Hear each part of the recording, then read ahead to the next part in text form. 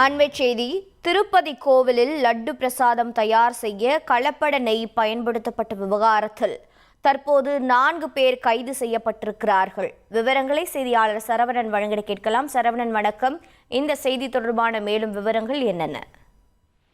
திருப்பதி ஏழுமலையான் கோவில் கடந்த ஆட்சி காலத்தில் லட்டு தயாரிப்பதற்காக பயன்படுத்தப்பட நெய்யில் மாமிச கொழுப்பு கலந்து விட்டதாக புகார் இருந்தது. இதனைத் தொடர்ந்து இந்த நெய்யானது பரிசோதனை செய்ததில் இது மாமிச, அதாவது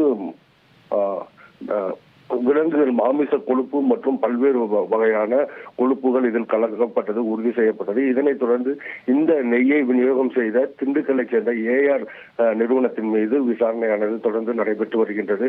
இந்த விசாரணையில் அந்த டைரியின் விசாரணை ஏஆர் டைரியின் உரிமையாளர் ராஜசேகரன் மற்றும் உத்தரப்பிரதேச மாநிலத்தைச் சேர்ந்த நெய் உற்பத்தி செய்யும் நிறுவனங்களை உரிமையாளர்களான விபின் குப்தா, பெமில் ஜெயின், அபுல் சவடா ஆகியோரை பிடித்து விசாரணை நடத்தி வருகின்றனர். இந்த விசாரணை தொடர்ந்து நடைபெற்று வரும் நிலையில் இன்று அல்லது நாளை திருப்பதி நீதிமன்றத்தில் ஆஜர்படுத்தப்படுவதாக தெரிய வந்துள்ளது. உங்களுடைய தகவல்களுக்கு நன்றி சரவணன்.